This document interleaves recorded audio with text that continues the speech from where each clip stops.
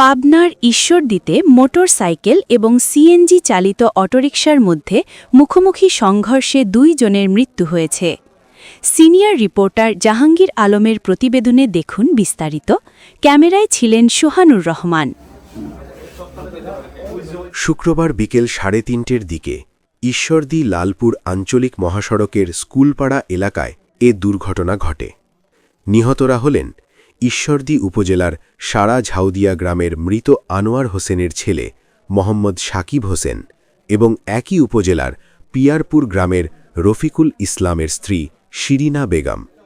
Police ও স্থানীয় সূত্রে জানা যায়, ঈশ্বরদী অভিমুখী একটি মোটরসাইকেলের সাথে লালপুর অভিমুখী একটি সিএনজির মুখোমুখি সংঘর্ষ হয়।